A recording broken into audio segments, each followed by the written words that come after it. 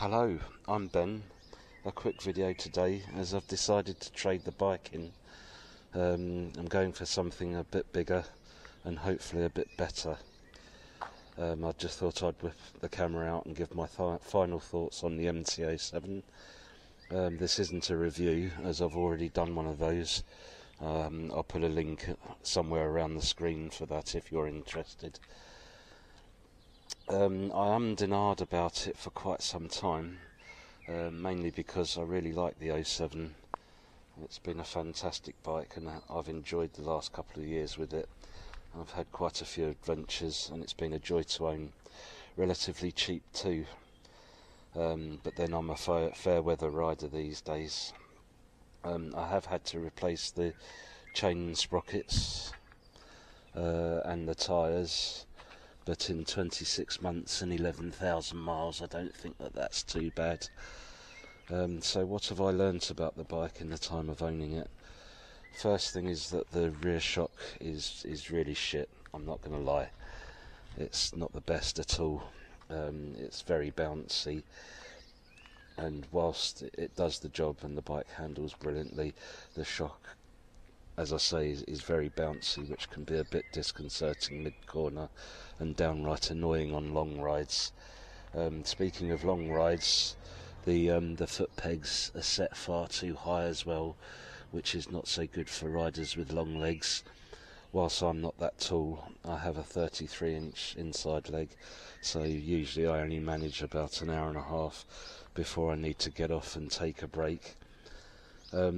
Only other gripes are it's a bit difficult to clean, obviously with all the sharp edges and things. Also the throttle. When I first got the bike, every time you went over a bump it kind of knocked your hands, which obviously makes the bike accelerate sharply, which isn't so good for novices because it's so responsive. Now, moaning aside, we need to remember that this is really a commuter bike with sporty pretensions. If you keep that in mind, you can forgive its foibles. The engine, oh wow, what a gem.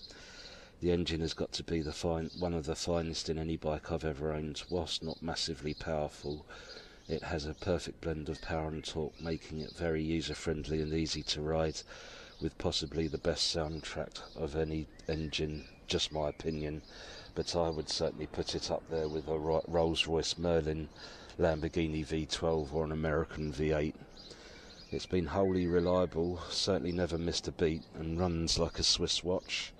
I have kept up with the servicing, which has not been too expensive. The last one was about £190, I think, so not too bad.